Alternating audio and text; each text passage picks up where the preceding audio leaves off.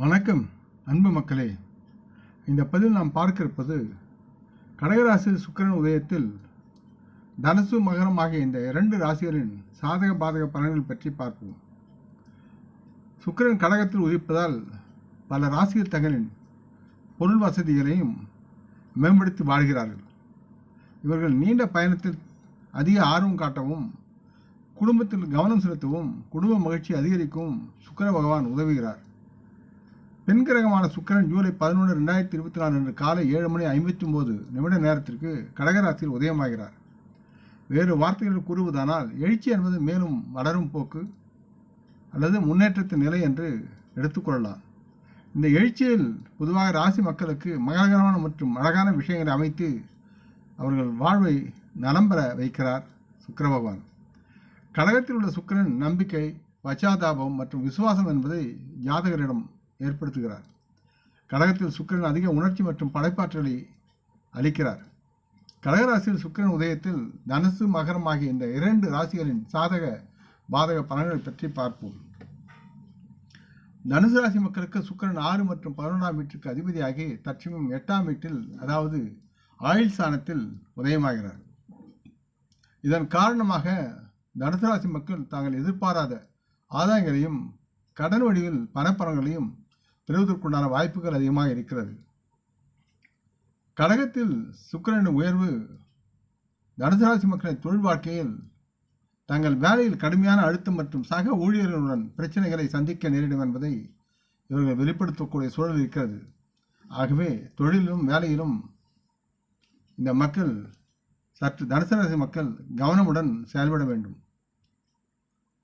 தொழிலும் வணிகத்திலும் இருக்கும் அன்பர்கள், பங்குகள் போன்றவற்றின் மூலம் இவர்கள் எதிர்பாராத பணப்பலன்களை அறுவடை செய்யலாம். சாதாரண வியாபாரத்தில் அதிகமான லாபம் பெறாமல் ஒரு மிதமான லாபத்தை அடைந்து மகிழ்ச்சியாக வாழ்வதற்குண்டான சூழல் இருக்கிறது. பொருளாதார பண விஷயத்தில் இவர்களுக்கு அதிக பணம் தேவைப்பட்டாலும் மற்றும் இதன் காரணமாக இவர்கள் சில கடனை தேர்வு செய்து தங்களுடைய தேவைகளை பூர்த்தி செய்யக்கூடிய சூழல் இருக்கிறது. தனுசு ராசி மக்களுடைய உறவு முறையில் குறைவான பிணைப்பு, பொருளாதார பற்றாக்குறை காரணமாக தங்கள் துணையுடன் இவர்கள் மகிழ்ச்சியை அனுபவிக்க இடம் தராமல் இருப்பார்கள். இதனால் சில சிரமங்களை மேற்கொண்டு துன்பப்படுவார்கள். இதனால் இவர்கள் மன அழுத்தமும் அது சார்ந்த உடல்நலத்தை பொறுத்த மட்டில் சில தேவையில்லாத காய்ச்சலுக்கு ஆளாக நேரிடலாம் என்பதால் சற்று ஆரோக்கியத்தில் அக்கறை காட்ட வேண்டி இருக்கிறது என்பதை மறக்காமல் செயல்பட வேண்டும். வியாழக்கிழமை என்று குரு பகவான் வணங்கி வெண்கடலையை நிவேதனம் செய்து அங்கு வரும் பக்தர்களுக்கு கொடுக்க யாவும் நலவாகும். அடுத்து மகரம். மகர ராசி மக்களுக்கு சுக்கிரன் 5 மற்றும் 10ஆம் வீட்டிற்கு அதிபதியாகி தற்சமயம் 7ஆம் வீட்டில் உதயமாகிறார். இது கலத்திரஸ்தானமாக இருக்கிறது. இதன் காரணமாக இவர்கள் புதிய நண்பர்களை இந்த நேரத்தில் சந்திக்கக்கூடிய சூழலும் இருக்கிறது. அவர்களின் அன்பை பெற்று இவருடைய பயணத்தில் அவர்களால் லாபம் பெறக்கூடிய சூழலும் இருக்கிறது. தொழில் ரீதியாக இவர்கள் ஒரு புதிய வேலையை பெறுவதற்குண்டான சூழலும் இருக்கிறது.